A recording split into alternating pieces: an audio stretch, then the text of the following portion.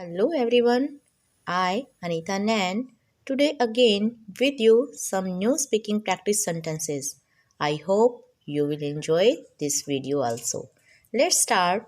First sentence, वे कौन हैं? देखिए स्टूडेंट्स, इस सेंटेंस में हमें पता चलता है कि कोई हमसे दूर हैं और हम उन पर्सन के बारे में जानना चाहते हैं और ये प्लूरल फॉर्म में है क्योंकि इस डॉट से हमें पता चलता है कि वो ज़्यादा पर्सन है। तो हम बोलेंगे हु आर दे। तो कैसे बोलेंगे? हु आर दे और लास्ट में होगा क्वेश्चन मार्क क्योंकि ये एक प्रश्न पूछा जा रहा है। नेक्स्ट सेंटेंस है तुम देर क्यों कर रहे हो? तो देखिए कई बार आप बोलते हैं कि मम्मा प्लीज़ जल्दी से ब्रेकफास्ट रेडी कर दीजिए, मैं लेट हो जाऊंगा या मुझे देर हो रही है। तो वहाँ पर आप बोलते हो I am getting late. But यहाँ पर जब आप ही कुछ ऐसे काम करते हैं जिसकी वजह से लेट होते हैं तो यहाँ पर मम्मा आपको कहती हैं वाई आर यू डिलेइंग, कि तुम देर क्यों कर रहे हो या तुम देर क्यों लगा रहे हो। कई बार क्या होता है कि हल्का छोटा मोटा कोई काम होता है और आप उसको भी बहुत ज़्यादा टाइम लगाते हो कंप्लीट करने में, तो वहाँ पर आपको बोलते हैं कि इसमें इतनी देर क्यों लगा रहे हो या तुम देर क्यों कर रहे हो। तो वहाँ पर हम बोलेंगे why are you delaying. Delay का मतलब होता है किसी काम को आगे फैला देना या आगे सरका देना या आगे टाल देना, और हम उसको करना नहीं चाह रहे हैं, जानबूझ के हम उसे लेट कर रहे हैं तो हम उसे बोलते हैं why are you delaying. Next है अपने रास्ते पर जाओ, गो योर वे। कई बार आप बोलते हो ना चलो आप अपना काम करो, मुझे डिस्टर्ब मत करो या अपने रास्ते पर जाओ, तो हम वहाँ बोलेंगे go your way. Next sentence है मेरी घड़ी हमेशा सही समय बताती है। तो देखिए देखने में सेंटेंस जितना लंबा है स्पीकिंग में ये उतना ही इजी है। तो मेरी घड़ी माई वॉच हमेशा ऑलवेज सही समय परफेक्ट टाइम बताती है, कीप्स।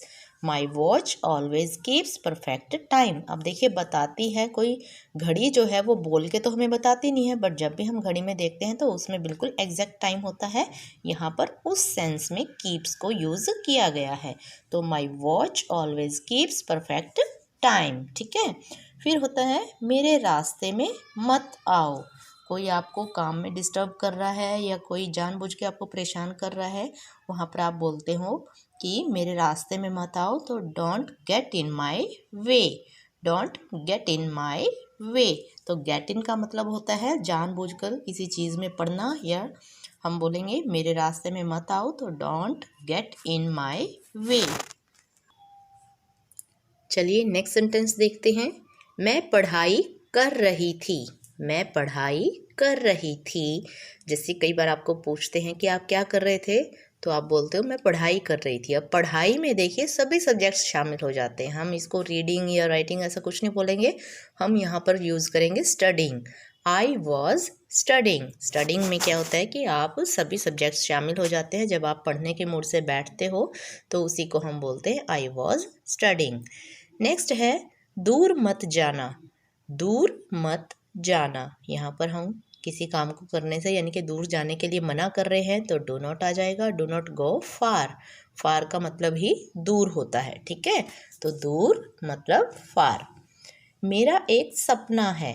तो देखिए आप सोचते हो, कई बार आप कुछ डिसाइड करते हो कि मुझे बड़े होके ऐसा करना है वैसा बनना है, तो हम उसे बोलते हैं कि मेरा एक सपना है। तो हम इसे इंग्लिश में कैसे बोलेंगे? I have a dream. I have a dream. Next है एक साल में 12 महीने होते हैं। एक साल में 12 महीने होते हैं, तो हम यहाँ पर बोलेंगे there are 12 months in a year. There are 12 months in a year. देखिए जब भी हम कोई ऐसी जो यूनिवर्सल ट्रूथ हम कहें, क्योंकि साल में 12 महीने होते हैं, 13वां महीना तो आज तक हुआ नहीं है और ना ही ये हो पाएगा, तो ऐसी चीज़ों के लिए हम बोलते हैं देयर आर। जैसे हम यहाँ पर अगर बोलें कि एक हफ्ते में 7 दिन होते हैं, तो हम कैसे बोलेंगे? There are 7 days in a week. ठीक है। तो उसी तरह ये सेंटेंस है, एक साल में 12 महीने होते हैं, there are 12 months in a year.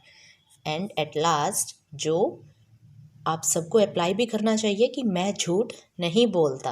बच्चे चाहे कैसी भी प्रॉब्लम हो, कभी भी हमें झूठ नहीं बोलना चाहिए।